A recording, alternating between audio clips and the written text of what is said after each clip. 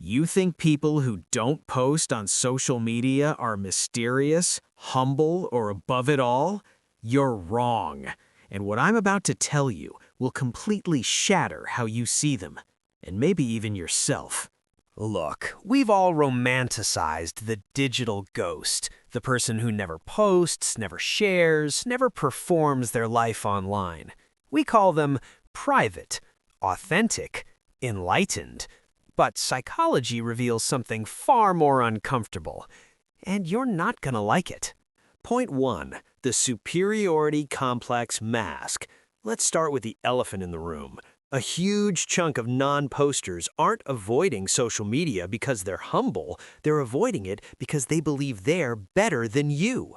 Studies in narcissism and social comparison theory show that some people abstain from posting, not out of disinterest, but out of judgment.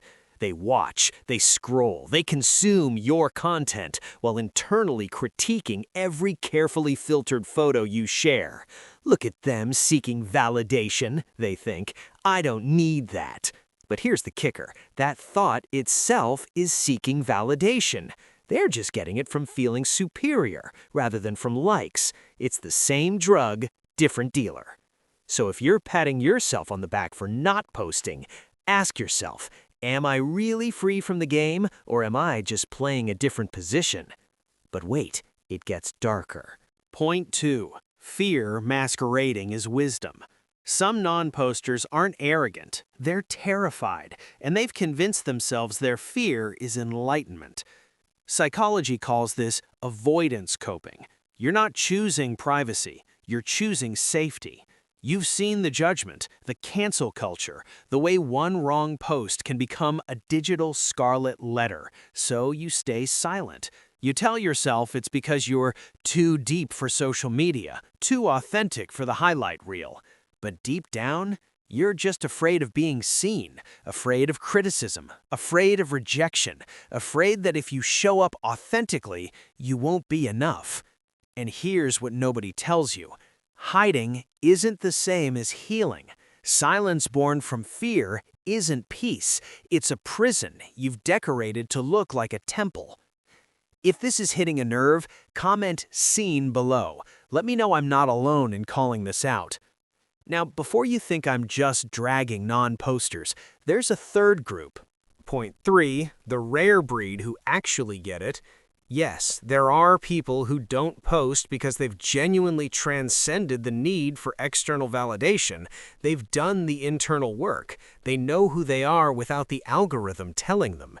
These people aren't silent out of judgment or fear. They're silent out of intentionality. They've realized that their identity doesn't need to be performed to exist.